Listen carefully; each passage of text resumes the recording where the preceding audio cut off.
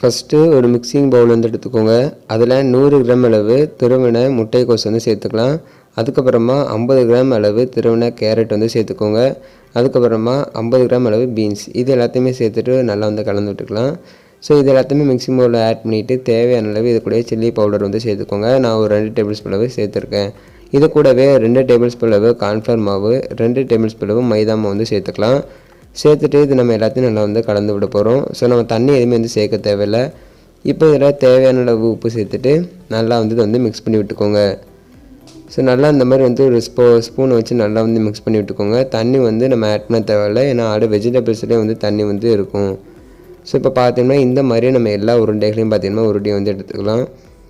So இந்த மாதிரி பார்த்திங்கன்னா நம்ம எல்லா உருண்டைகளையும் தேய்ச்சி எடுத்ததுக்கப்புறமா இதை நம்ம ஆயிலில் போட்டு ஃப்ரை பண்ணி எடுத்துடலாம்.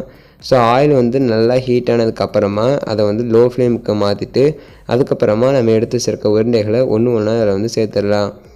ஸோ சேர்த்துட்டு நம்ம லோ ஃப்ளேமில் வச்சு தான் நம்ம வந்து இதை வந்து நல்லா வேக வச்சு எடுக்கணும். ஹை ஃப்ளேம் வச்சு வேக வச்சு எடுத்தோம் அப்படின்னா உள்ளே வந்துட்டு வேகாது, வெளியே வந்துட்டு ரொம்ப கிறிஸ்பி ஆயிரும். ஸோ இப்போ பார்த்திங்க அப்படின்னா வேகிறதுக்கு 5 நிமிஷம் போல் எடுத்துருக்கு. ஸோ அவ்வளோதான் ஃப்ரெண்ட்ஸ், ரொம்பவே சூப்பராக டேஸ்ட்டான நம்மளுடைய வெஜிடபிள்ஸ் பால்ஸ் வந்து தயாராகிடுச்சு. இந்த ரெசிபி உங்கள் எல்லாத்துக்குமே பிடிச்சிருக்குன்னு நினைக்கிறேன். இந்த ரெசிபி பிடிச்சிருந்துச்சு அப்படின்னா மறக்காமல் நீங்கள் நம்ம சப்ஸ்கிரைப் பண்ணிக்கோங்க. இது போல் வீடியோஸை மிஸ் பண்ணாமல் பாருங்கள். தேங்க்ஸ் ஃபார் வாட்சிங்.